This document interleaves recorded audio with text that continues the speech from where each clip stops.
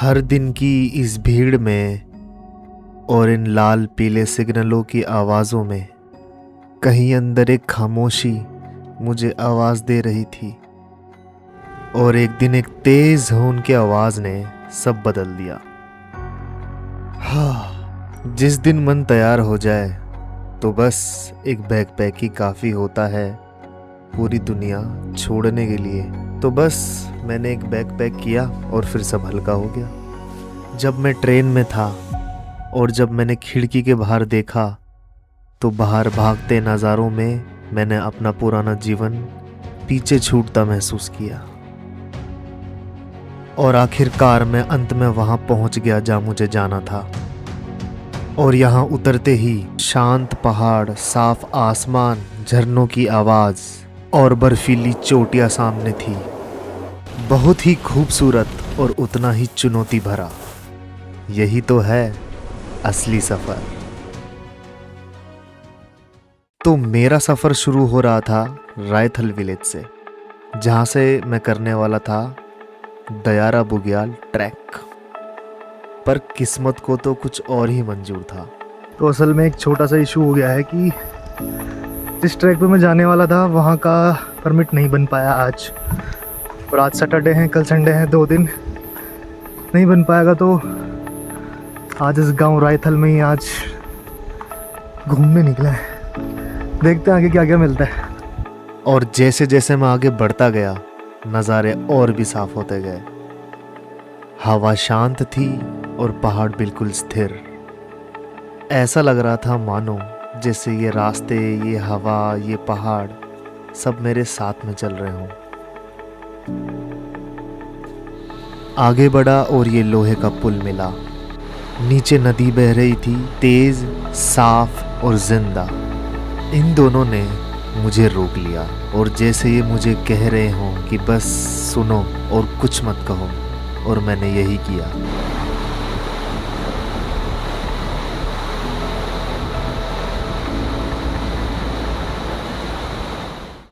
पुल से आगे चलकर एक खुली सड़क आई, जिसके एक तरफ खड़ी चट्टान और दूसरी तरफ लंबे पेड़ और हल्की हवा चल रही थी। पेड़ों में से छिटती हुई धूप अलग ही सुकून दे रही थी। और आगे चलकर रोड एक खूबसूरत वादी में बदल गई। और ये नज़ारा देख के बस एक ही ख्याल मन में आया मेरे कि ये दुनिया कितनी खूबसूरत है यार। आगे बढ़ा तो बेहद ही सरल लोग मिले मुझे, जिनके बात करने में है ना एक अजीब सा ही अपनापन था। तो मैं तो बिना सोचे समझे उनके साथ उन्हीं के गांव चला गया।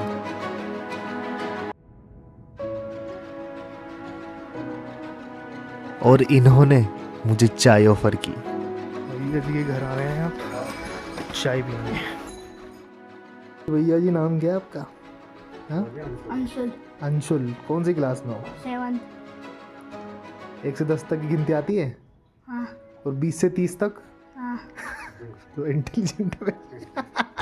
और इस समय मुझे फील हुआ कि अच्छाई कहीं और नहीं बस रास्ते में मिल जाती है। इस भैया ने चाय वाय पिलाई थी मुझे। उन्होंने भाई ककड़ी भेजी है मोटी मोटी खेत की।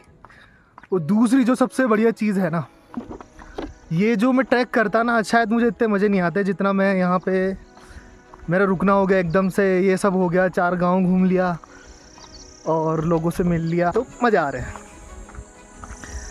तो कल देखते हैं, कल जाते हैं क्या सीन बैठता है। अब शाम होने लगी थी तो मैं भी अपने टेंट की ओर चल पड़ा, आराम और थोड़ा खाना वाना खाने। और अगले दिन अंशुल ने अपने दोस्तों से मुझे मिलवाया। हमने काफी सारे खेल खेले, नाचे। सो ब्यूटीफुल यार। हाँ, बचपन याद आ गया। और अंशुल के दोस्तों ने मुझे गांव भी घुमाया। और इन लोगों के साथ चलते चलते रास्ते में एक पुराना घर मिला अब कहते हैं कि ये घर 500 साल पुराना है, तो इसे देखकर ऐसा लगा जैसे इस घर ने अपने अंदर समय की कहानियां छुपा रखी हो।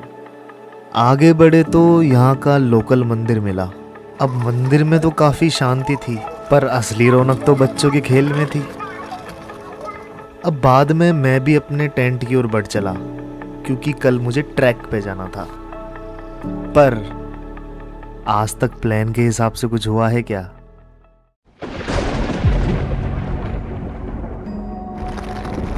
तेज बारिश होने लगी।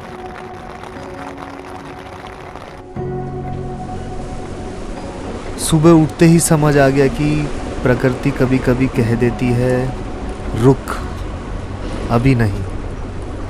आज वही दिन था, बारिश और रेड अलर्ट। आज ट्रैक पे जाना मुमकिन नहीं था। पर जैसे ही मौसम शांत होने के बाद मैं बाहर निकला और फिर जो मैंने देखा, उसके बाद ऐसा लगा जैसे पहाड़ों ने नया रूप ले लिया हो। नीचे जमीन और ऊपर बादलों का समंदर, और इसे महसूस करता हुआ मैं तो बस खड़ा रहा और देखता रहा। इस पल कहीं जाने की जल्दी नहीं थी, बस ये हो जाना ही काफी लग रहा था। और इन नज़ारों ने अब मुझे वापस अपनी ओर खींच लिया है, और आगे जाके मुझे अपनी आंखों पे बिल्कुल भी विश्वास नहीं हुआ। चोटियों पर बर्फ आ चुकी थी, जो कि बारिश से पहले बिल्कुल भी नहीं थी। यही सही मौका है ट्रैक पे जाने का, यही होना था।